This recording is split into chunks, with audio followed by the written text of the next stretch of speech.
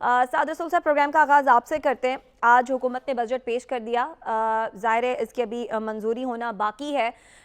جو بجٹ پیش ہوا، اسحاق ڈار صاحب نے جو بجٹ تقریر میں تمام باتیں کی اور جو اجرت کے حوالے سے بتایا کہ 32,000 روپے اجرت جو ہے وہ کم سے کم کی گئی ہے، پھر سرکاری ملازمین کی تنخواہیں بڑھائی گئی ہیں، اور جو دیگر وعدے کر رہی ہے حکومت، پاکستان کے معاشی حالات کو دیکھتے ہوئے آپ سمجھتے ہیں کہ ایک بڑا بھرپور، جامع اور افیکٹو بجٹ ہے، یا پھر حکومت کی طرف سے ایک سیاسی بجٹ پیش کیا گیا؟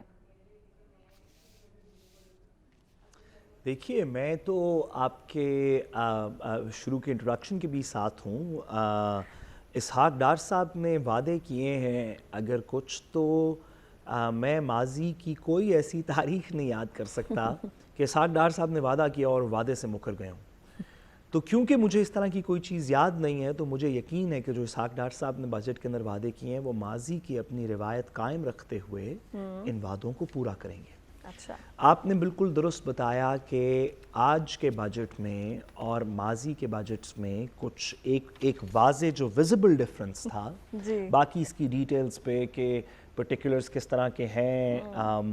کتنے فنڈز آپ نے ایجوکیشن سکیم کے اندر دیے، 5 بلین روپے کی آپ نے کچھ سکیمز رکھی، ابھی ہم اس پہ بات کرتے ہیں۔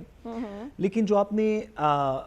بات شروع میں بتائی کہ بڑا پرسکون نظر آیا سارا ماحول، کیونکہ کوئی اپوزیشن میں نہیں تھا، ظاہر ہے مجھے بڑی پسند آیا آپ کا یہ انٹروڈکشن اس وجہ سے، کیونکہ پاکستان کو اگر آج کل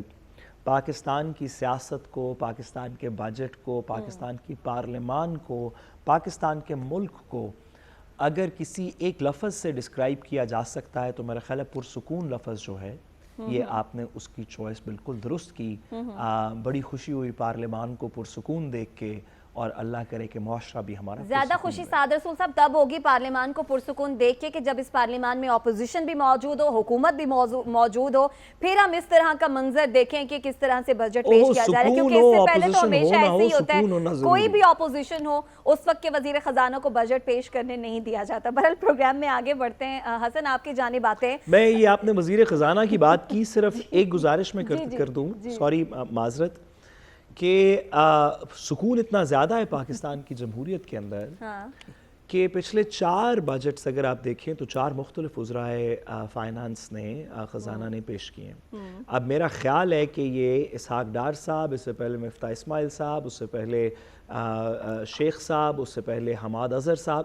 اس سے پہلے میرا خیال ہے اگر آپ 1-2 سال چھوڑ دیں تو پھر اسد عمر صاحب، پچھلے 7-8 سال کے بجٹس جو ہیں یہ 5-6 ڈیفرنٹ، درمیان میں شوکت ترین صاحب، 5-6 ڈیفرنٹ وزرائے فائنانس نے پیش کیے ہیں پرسکون کے علاوہ، اور کوئی مناسب لفظ جو ہے وہ میں آپ سے ایگری کرتا ہوں، میرے دماغ میں نہیں آ رہا۔ ٹھیک ہے سعد رسول صاحب، آپ کا پوائنٹ آ گیا۔